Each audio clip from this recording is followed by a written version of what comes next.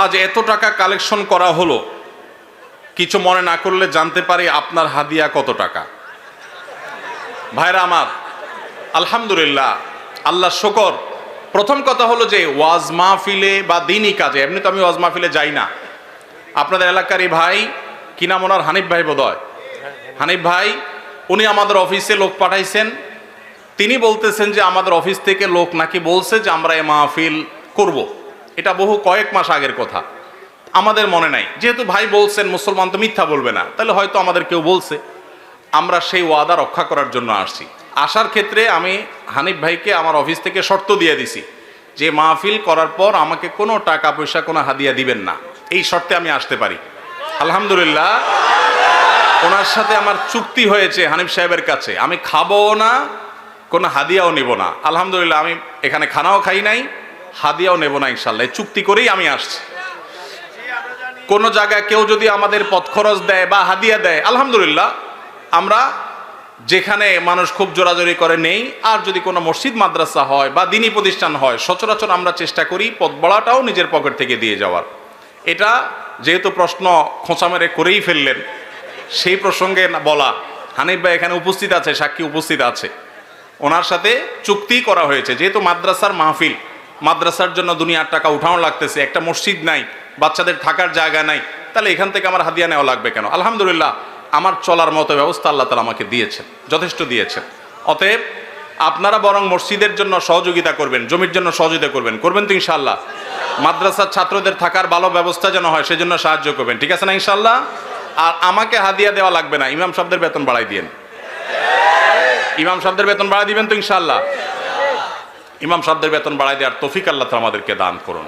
ওলামা একরাম ওয়াজ মাহফিলে যারা আসেন, তাদেরকে সম্মানজনক হাদিয়া দিবেন।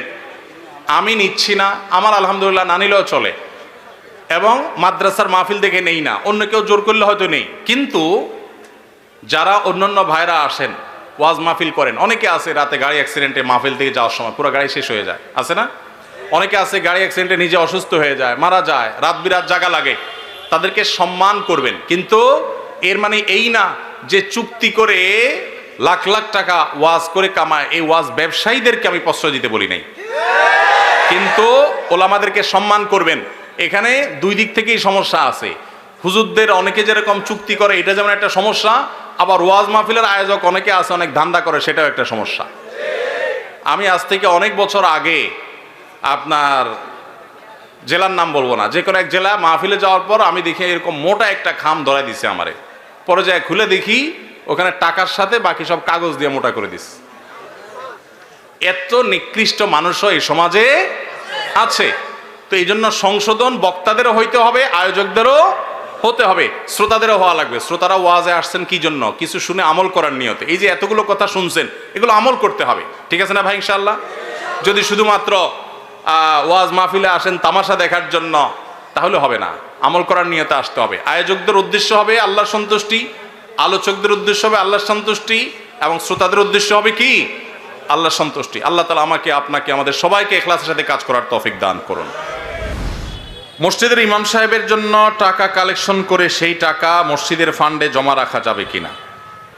ইমাম সাহেবের জন্য টাকা কালেকশন করে সেই টাকা মসজিদে রাখতে পারবেন কিনা? এই অপকর্মটা ঈদের সময় বেশিরভাগ ঈদগাহে, বেশিরভাগ মসজিদে হয়। টাকা তোলার সময় গামছা নিয়ে বলতেছেন ইমাম মুয়াজ্জিনের হাদিয়া দেন। টাকা উঠছে 20,000, ইমাম মুয়াজ্জিনের 10,000 ভাগ করে দিয়ে বাকিটা মসজিদে রেখে দিয়েছেন। মসজিদ কমিটির লোকেরা পরিষ্কার একটা হারাম কাজ করলেন। মনে করছেন আল্লাহর ঘরের জন্য দুর্নীতি করলে আল্লাহ ছেড়ে দিবে না? টাকা তোলার সময় যদি ইমাম মুয়াজ্জিনের জন্য বলেন, তাহলে এটি ইমাম মুয়াজ্জিনকেই দিতে হবে, ওইটা মসজিদে রাখতে পারবেন না। টাকা যদি ইমাম সাহেবের জন্য বলেন যে ইমাম সাহেবের হাদিয়া, মুয়াজ্জিন সাহেবের হাদিয়া, যেটা বলে তুলবেন সেটাই করতে হবে। নসুল ওয়াকিফে কানাসি শারিআ, দাতা যে জন্য দিবে আপনাকে সেই খাতে খরচ করতে হবে। আপনি ইমাম সাহেবরে সামান্য কিছু দিয়া, বুঝ দিয়া বাকিটা মসজিদে রেখে দিয়েছেন, এটার নাম দুর্নীতি। এটার নাম কি? এটা জায়েজ নাই। অনেক কমিটির ভাইরা এটা করেন, চিন্তা করছে সারা জীবন নিজের জন্য চুরি, 2 নম্বরই দুর্নীতি করলাম, এবার আল্লাহর ঘরের জন্য একটু 2 নম্বরই করি। জায়েজ হবে ভাইরা আমার? এই জন্য সতর্ক থাকতে হবে, খবরদার।